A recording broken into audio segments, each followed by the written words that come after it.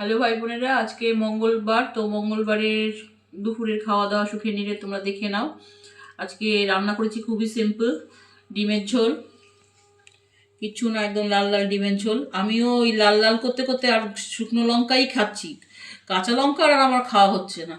সত্যি ফ্রিজের মধ্যে রয়েছে কাঁচা লঙ্কাগুলো, শুকনো লঙ্কা গুঁড়ো দিলে বেশ লাল লাল ঝাল ঝাল দেখতে সুন্দর হয়, হোটেলের মতন ওই লাল লাল ঝাল ঝাল।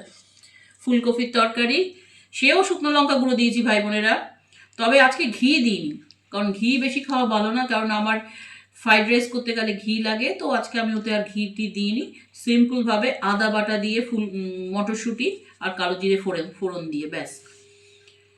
আর এটা হচ্ছে ফুলকপির বড়া আর কটা পেঁয়াজি।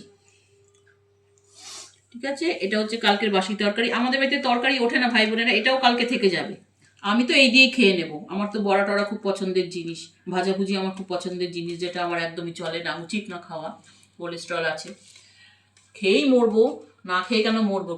উপরে গেলে কি বলবো, খেয়েও আসিস নি, জামা কাপড় তো ভালো পরিস নি, সাজিস নি, গুজিস নি, লিপস্টিক মাখিস নি, চুল কালো করিস নি, অন্তত খেয়ে তো আসতে পারছিস ভালো।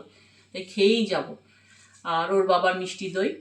তো আজকের মতন ভিডিওটা এইটুকু ভাই বোনেরা। ভালো থাকবে, আমার পাশে থাকবে, আর ভালোবাসলে সাবস্ক্রাইব করবে, যেটা প্রতিদিন বলি সেটা আজও বললাম।